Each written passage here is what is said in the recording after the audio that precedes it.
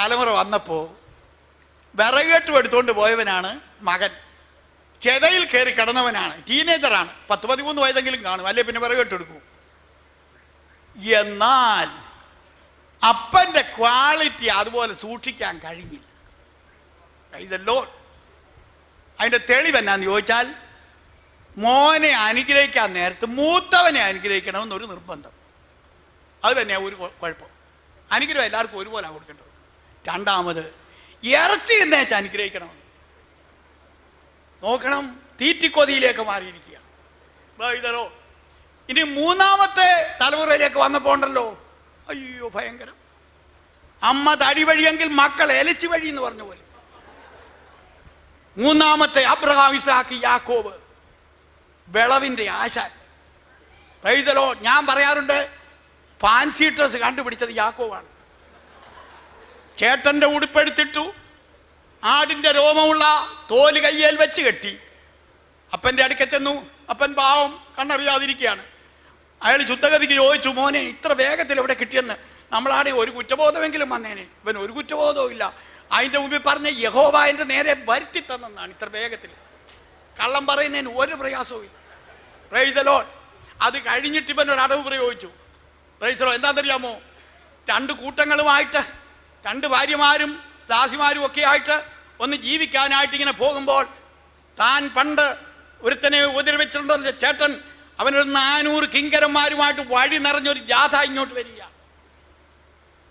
ഇതിൻ്റെ മുമ്പിൽ രക്ഷപ്പെടാൻ ഒക്കുകയില്ലെന്ന് മനസ്സിലായി. ഇതിനിടയ്ക്ക് യാബോക്കിൽ പോയി പ്രാർത്ഥിക്കുന്നുമുണ്ട്. 2ഉം നടക്കുന്നുണ്ട്. എന്നിട്ട് ആ ജാഥ ക്രമീകരിച്ചതിനകത്ത് നമ്മുടെ പല ആളുകളും ശ്രദ്ധിക്കാത്ത ഒരു കാര്യം ഉണ്ടായിരുന്നു. ലേയായെയും, അവൾക്കൊരല്പം സൗന്ദര്യം കുറവാന്നാണ് പറയുന്നത്, അവളെയും അവളെ പിള്ളാരെയും തലയ്ക്ക് നിർത്തി.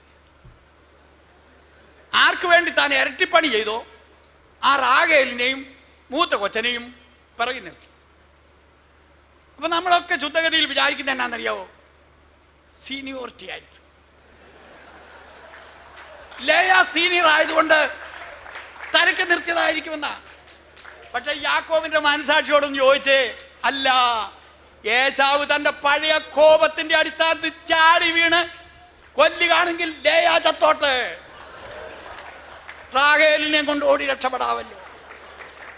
ഇതല്ലേ സത്യം? അതുകൊണ്ട് എന്ത് സംഭവിച്ചെന്നറിയാമോ? യാക്കോബ് തൻ്റെ തന്ത്രങ്ങൾ കൊണ്ട് നേടിയതൊന്നും അവൻ ഉതകിയില്ല. പിള്ളേർ ഒരെണ്ണം ഗുണമില്ല. ആകപ്പാടെ കൊള്ളാവുന്ന ഒരെണ്ണമേ ഉള്ളൂ.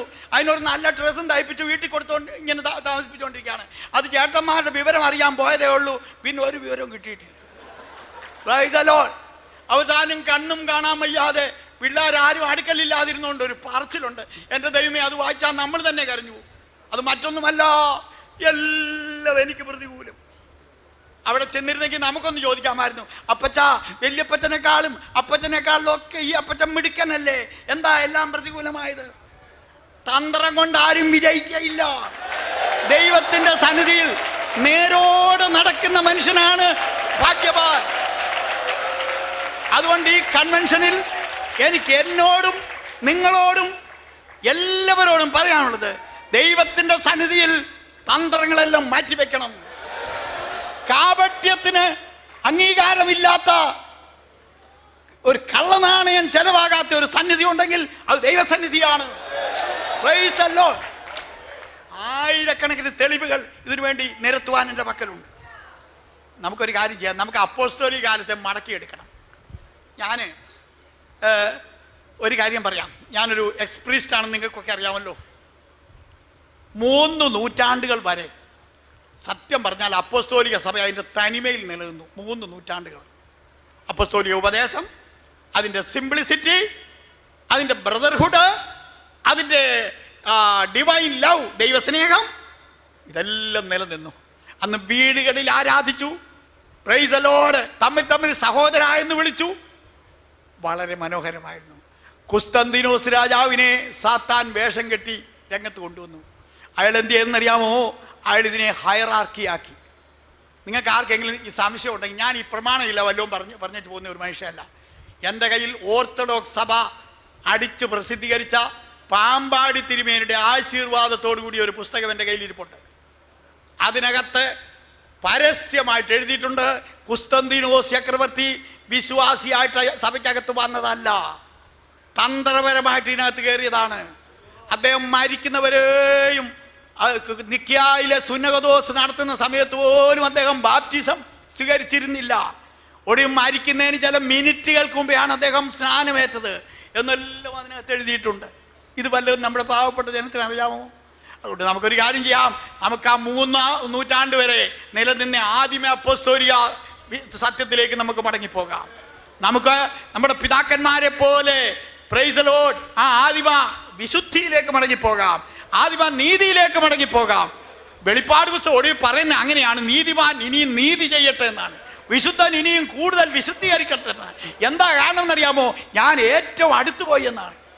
ഞാൻ ഇന്നും ഒരു മരണ വീട്ടിൽ അല്പസമയം, നമ്മുടെ ഓർസീറും അവിടെ ഉണ്ടായിരുന്നു, ഞാൻ അല്പസമയം സംസാരിച്ചപ്പോൾ ഞാൻ ഇങ്ങനെ പറഞ്ഞു, വെളിപ്പാട് പുസ്തകം അവസാനിക്കുമ്പോൾ പ്രൈസ് ദി ലോർഡ് ദൈവസഭ പ്രാർത്ഥിക്കുന്നത് ഒരൊറ്റ വിഷയത്തിന് വേണ്ടിയാണ്, കർത്താവേ അങ്ങ് വരണേ എന്നാണ്, അങ്ങ് വരണേ എന്നാണ്. നമ്മുടെ കർത്താവിൻ്റെ വരവിനോട് വളരെ അടുത്തുപോയി. എന്നാൽ നമ്മളിൽ പല ആളുകൾക്ക് ഇത് മനസ്സിലാകുന്നില്ല. ഇന്ന് പലരും പ്രാർത്ഥിക്കുന്ന ആമേൻ കർത്താവായ യേശുവേ തരണമേ എന്നാണ്. വരണമേ എന്നുള്ളതങ്ങ് മാറ്റി തരണമേ എന്നാക്കിയിരിക്കുക. ഇല്ല, ഹെയ്ത്തി ഒരൊറ്റപ്പെട്ട സംഭവമല്ല. ഹെയ്ത്തിയിൽ മരിച്ച ആളുകൾ മുഴുവൻ നമ്മളെക്കാൾ പാപികളല്ല. Praise the Lord. ശീലോഹാമിലെ ഗോപുരം വീണ് ഒത്തിരി പേര് മരിച്ചുപോയി, അവരെല്ലാവരെക്കാൾ പാപികളല്ലെന്ന് നമ്മുടെ കർത്താവ് പറഞ്ഞു. അതേ ഹേരോദാവ് ചിലരുടെ ചോര യാഗത്തോട് കലർത്തിയതായിട്ട് പറഞ്ഞു. ആ കൊല്ലപ്പെട്ട ഗലീലക്കാരെല്ലാം പാപികളായിരുന്നു എന്ന് വിചാരിക്കരുതെന്ന് യേശു പറഞ്ഞു. നമ്മുടെ കർത്താവ് വരുവാൻ അടുത്തിരിക്കുന്നു. അതിനുള്ള ഒരുക്കനാളുകളാകട്ടെ, പതിവ് കൺവെൻഷൻ ആകാതിരിക്കട്ടെ. വരവിനോട് കുറച്ചുകൂടെ അടുത്തത് കൊണ്ട് കൂടുതൽ ഒരുങ്ങുന്ന വേളകളാകട്ടെ.